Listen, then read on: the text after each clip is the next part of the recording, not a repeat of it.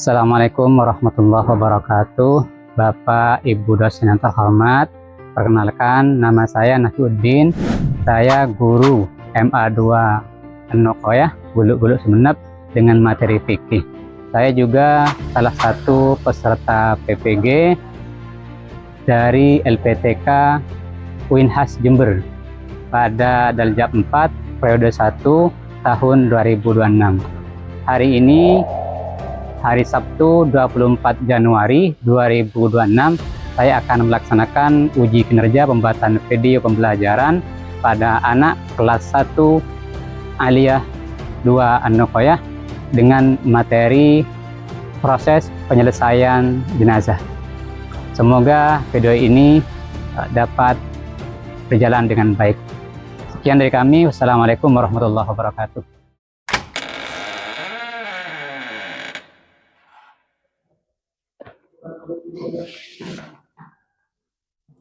Assalamualaikum warahmatullahi wabarakatuh.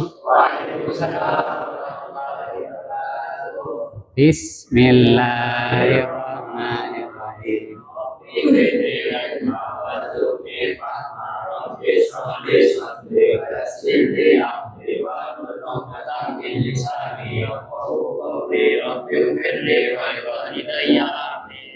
Amin ya rabbal alamin. Semoga dengan pembacaan doa tadi kita semua mendapatkan ilmu yang bermanfaat. Karena tidak ada gunanya kita rajin belajar, tidak ada gunanya kita lama belajar kalau tidak dapat ilmu yang bermanfaat.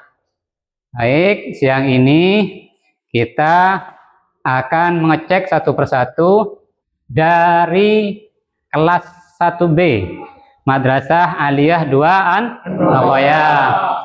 Di sini semua sudah sarapan? Sudah. Makan siang? Sudah. Sehat semua? Sudah. Apakah ada yang sakit? Sudah. Ada yang lapar? Sudah. Coba ngacung yang lapar. Berarti hanya 2 orang yang belum makan siang. Insya Allah kalau ada rezeki kita makan bersama nanti. Yang lain alhamdulillah sudah pada kenyang semua? Kalau sudah pada kenyang, hari ini kita akan melaksanakan pembelajaran materi fikih tentang bagaimana proses penyelesaian jenazah.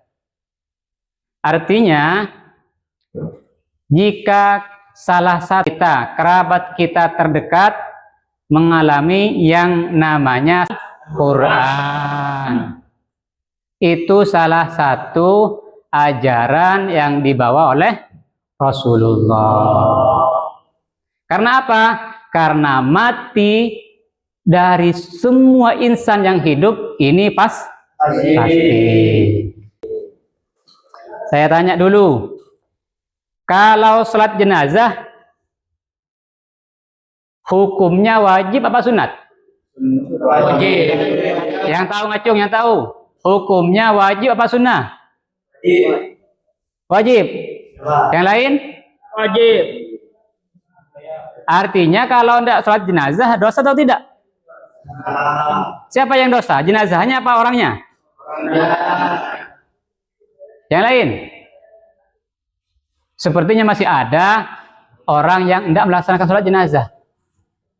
Kalau memang hukumnya wajib. Apalagi? Diubah. Fardu kifayah. Fardu kifayah itu apa? Ada yang tahu? Ngacung? Ya, silakan. Kalau fardu kifayah, apabila ada golongan yang melakukan, maka kewajibannya kalau fardu kifayah, satu golongan melakukan, maka kewajibannya lain gugur. Itu disebut fardu kifayah. Kalau fardu ain? Fardu ain wajib bagi setiap umat Islam untuk melakukannya. Ya, contohnya seperti sholat yang 5 waktu. Sholat yang 5 waktu. Ya. Sholat yang 5 waktu hukumnya fardu ain. Artinya wajib dilakukan oleh semua orang. Bagus. Jadi di sini kita akan masuk pada materi perawatan jenazah. Ya, ada 4 tentang perawatan jenazah. Pertama, kita harus tahu tata cara memandikan jenazah. Karena ketika seseorang telah meninggal, yang paling didahulukan pertama adalah bagaimana mensucikan. Karena jenazah harus masuk liang lahat, harus masuk ke kuburan dalam keadaan suci. Artinya setelah dimandikan, kita harus tahu bagaimana tata cara mengkafani.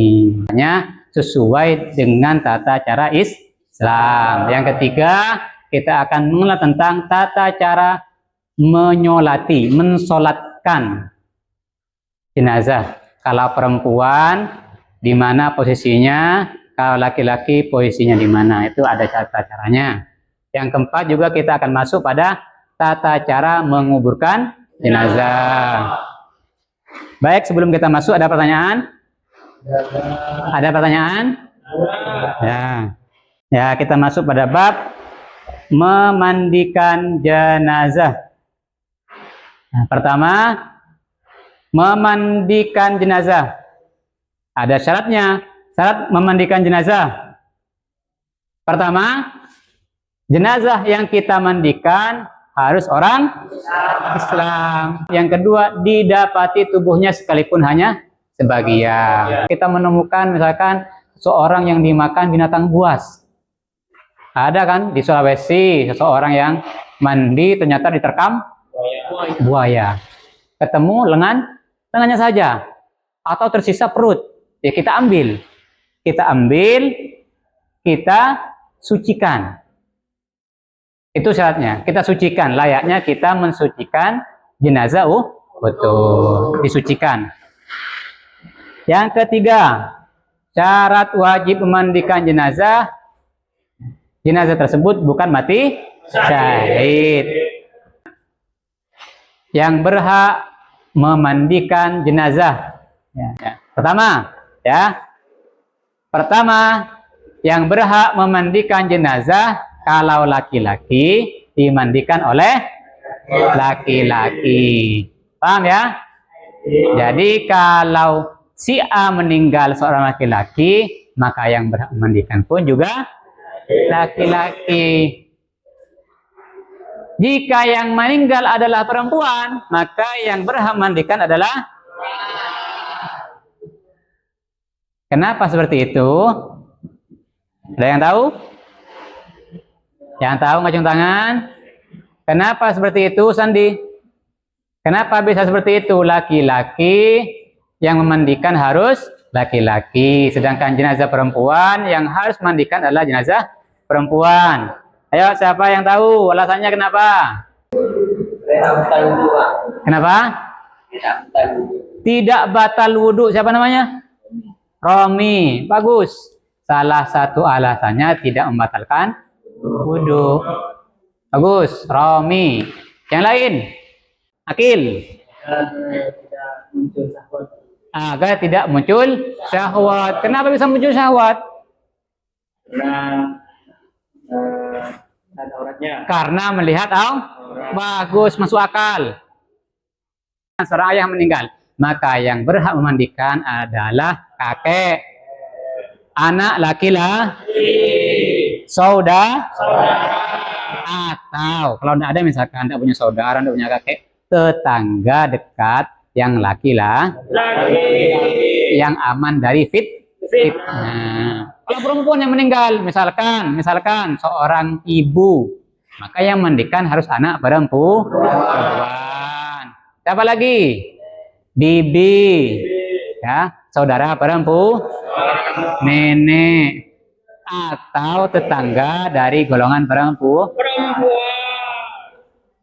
Selanjutnya, atau orang lain jenis yang boleh memandikan adalah muhrim, suami atau istri.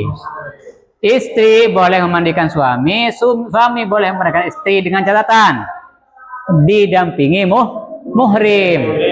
Karena nanti yang ngambil wudhu setelah mensucikan, ia yang muhrim. Paham?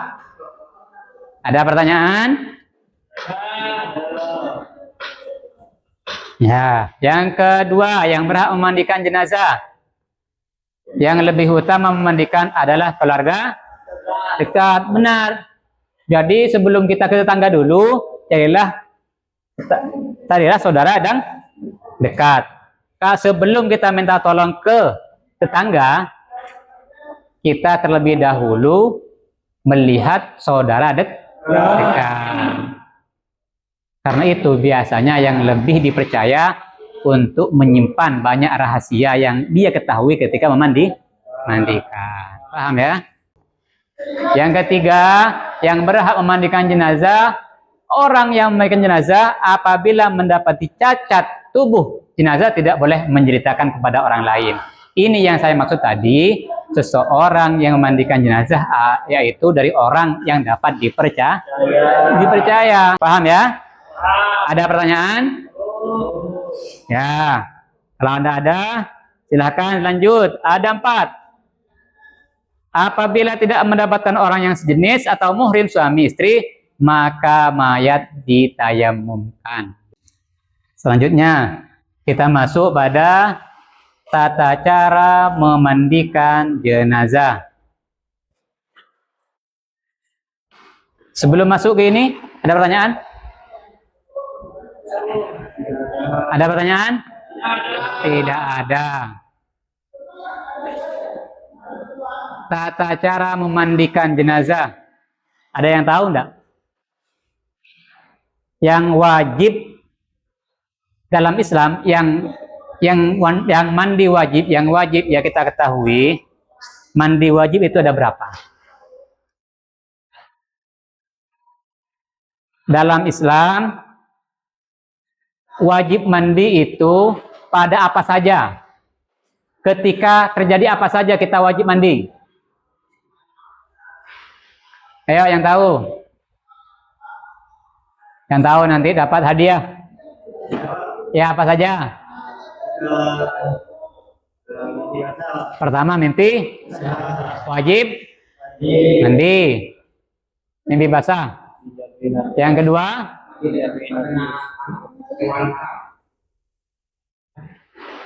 kedua, mandi terkena hewan haram maksudnya. Nah, itu bukan wajib mandi, tapi wajib mensucikan. Yang kedua, selesai haid. Orang perempuan yang awalnya haid, kalau sudah suci wajib mandi. Halus. Yang ketiga,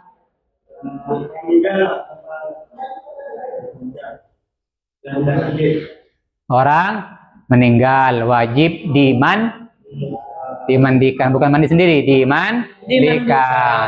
Kalau orang matinya mandi sendiri, yang namanya bukan mati.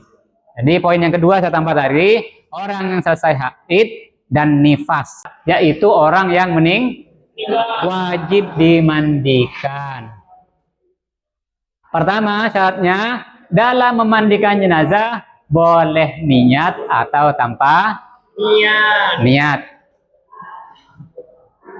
Yang kedua, sedikitnya meratakan air ke seluruh tubuh. Sebaiknya 3 kali atau lebih bila dipandang perlu. Yang ketiga, dalam memandikan jenazah diusahakan dengan bilangan ganjil. Baik siraman 3 kali, siraman 5 kali, atau siraman ke-7 kali. Paham? Jadi siram dalam bilangan ganjil. Siraman pertama menggunakan sabun dan daun bidara. Ini dalam Islam. Artinya apa? Daun bidara, sabun biasanya untuk menghilangkan bau dan penyakit yang ada. Kemudian siraman kedua menggunakan air bersih, dan yang ketiga disiram dengan menggunakan air yang dicampur dengan kapur barus. Ini tujuannya apa? Ya untuk membersihkan. 4. Kita meletakkan jenazah pada tempat yang lebih tinggi dan tutup auratnya. Nih, ketika kita memandikan jenazah, usahakan kita dalam ruangan yang tertutup. Jangan langsung di lapangan terbuka. Kenapa? Karena takut ada aurat yang terlihat. Yang kelima, gunakan kain basahan untuk menutup auratnya. Jadi biasanya untuk memandikan jenazah tidak serta-merta langsung dibuka semua, ya, kecuali di kamar mandi. Kalau masih agak keluar, usahakan kita menggunakan penutup. Nih, yang keenam, berdoalah dengan baca basmalah sebelum memandikan. Karena memang berdoa ini penting. Tidak hanya mandikan, di semua kegiatan kita dituntut untuk selalu berdoa. Apalagi tentang memandikan jenazah. Yang ketujuh, basuhlah anggota wudhu terlebih dahulu, baru bagian tubuh sebelah kanan, lalu sebelah kiri.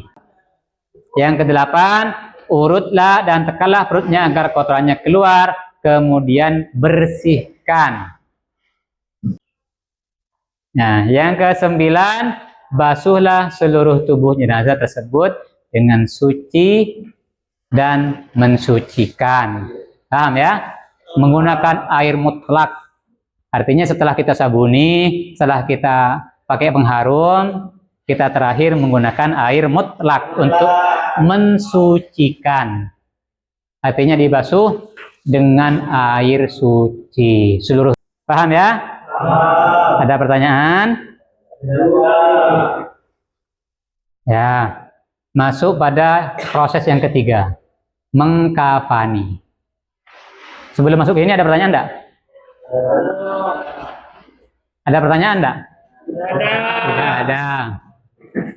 Nih, mengkafani jenazah pun juga ada tuntutannya dalam hadis bahwa kita sebagai umat Islam mengikuti siapa? Rasulullah.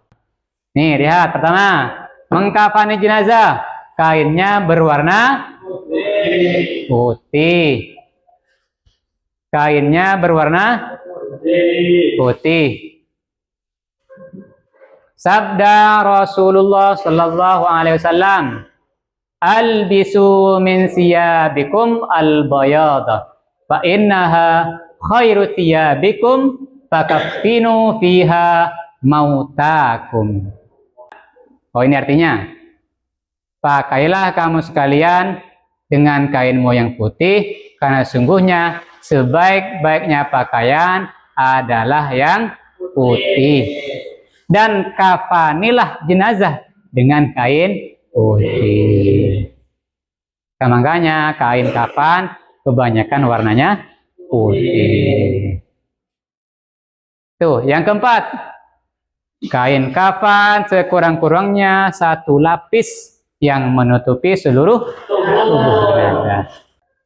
Yang kelima, apabila jenazah tersebut sedang melakukan haji atau umroh, maka tidak boleh diberi harum-haruman, jangan pula diberi tutup kepala. Ada juga kadang kejadiannya seseorang meninggal dalam keadaan melaksanakan haji, maka tidak boleh diberi harum-haruman, tidak boleh diberi tutup kepala, sebagaimana ia dalam keadaan ihram atau melakukan haji. Karena seorang yang melakukan haji sedang melakukan ihram tidak boleh menggunakan haruman.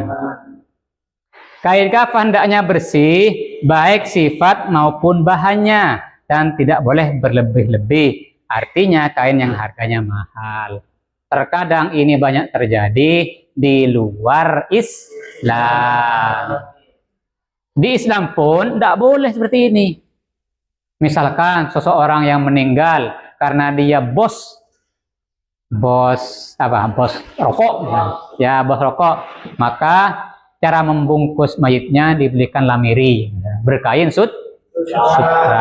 Ada ndak? Sobong. Kalau ada ndak boleh. Kenapa? Karena dianggap mubazir, membuang. Jadi belilah kain yang murah. Nih, syarat salat jenazah. Kita masuk pada salat jenazah. Jelas. Pertama, pasti seseorang yang sholat itu harus suci dari hadas. Hadas tadi ada berapa? Hadas ada berapa? Dua. Apa saja? Hadas kecil, hadas menutup aurat. Bagi laki-laki, auratnya mana? Dari pusar sampai lutut, bagus. Tahu pusar? Ya. Bersih badan, pakaian, dan tempat. Jadi usahakan yang kita pakai suci dari najis. Tempatnya pun juga harus suci dan menghadap kiblat. Yang kedua, jenazah sudah dalam keadaan dimandikan dan dikafani. Jadi kalau belum dimandikan, belum dikafani, hendak serta-merta harus disolati. Letak jenazah di sebelah kiblat orang yang mensolati. Jadi posisi jenazah itu di depan orang yang mensolati. Kecuali sholat gaib atau sholat jenazah di atas kuburan. Ya, ini rukun. Rukun sholat jenazah. Pertama, niat. Tahu niatnya gimana? Tahu niatnya gimana? Ayo kita baca bersama-sama. Niatnya sholat jenazah. Bismillah. Sholli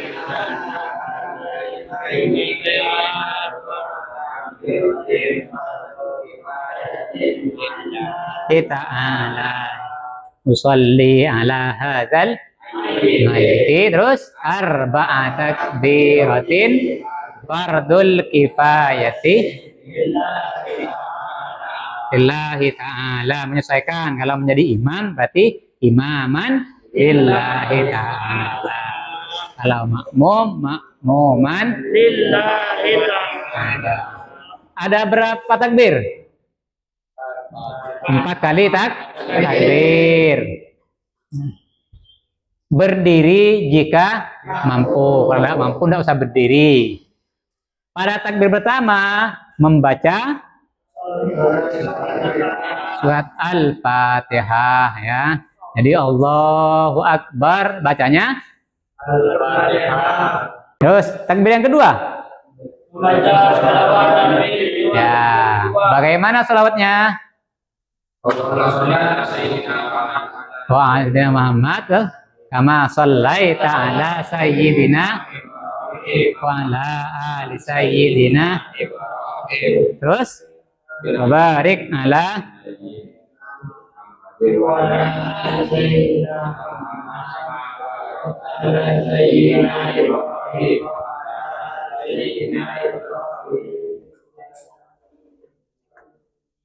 fil alamina innaka Hamidum Majid ya. Yang ketiga, mendoakan jenazah.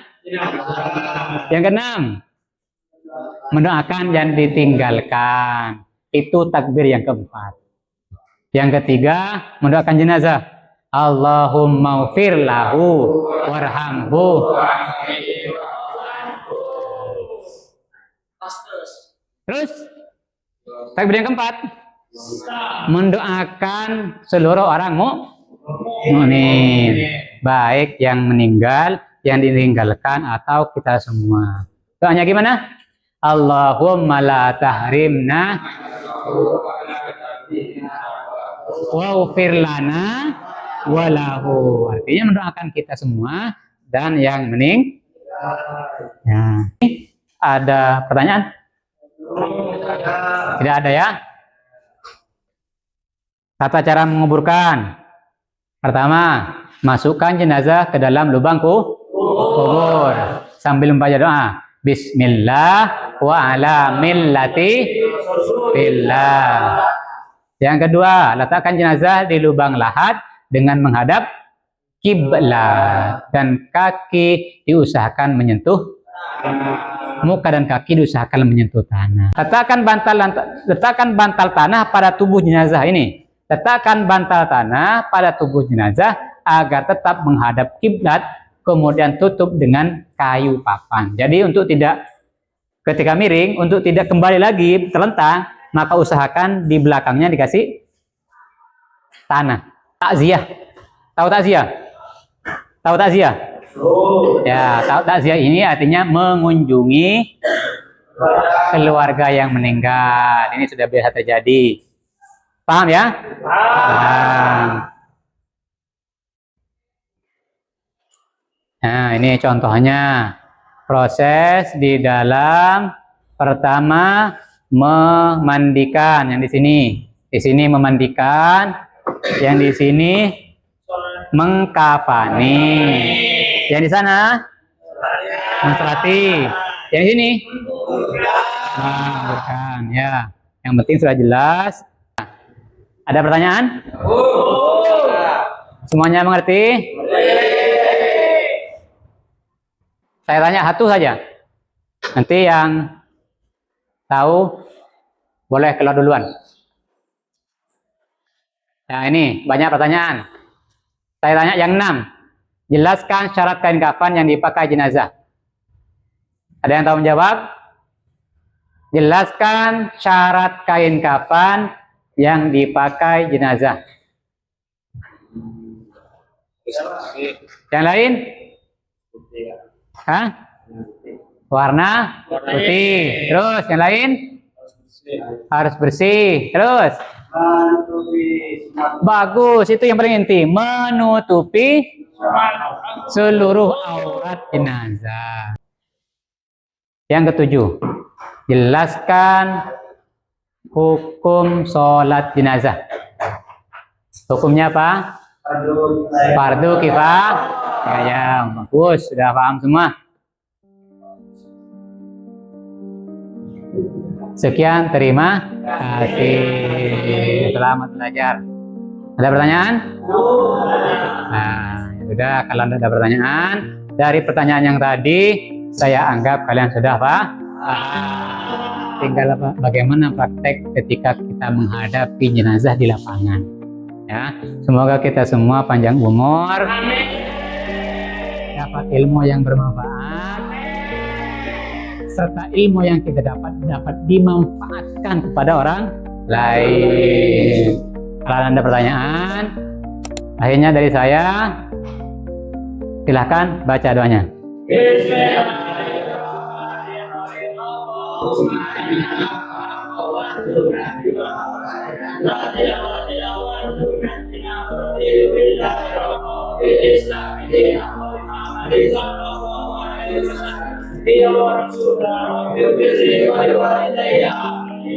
Silakan yang mau keluar diurut dari paling selatan ya.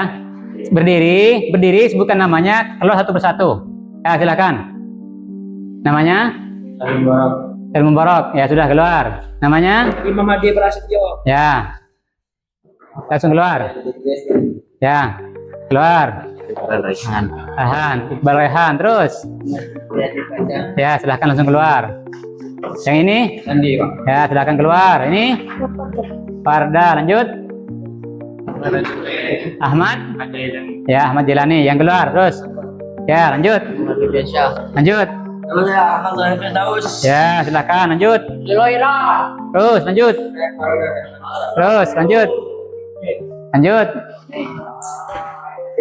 Lanjut. Ya, silakan. Semoga selamat sampai tujuan.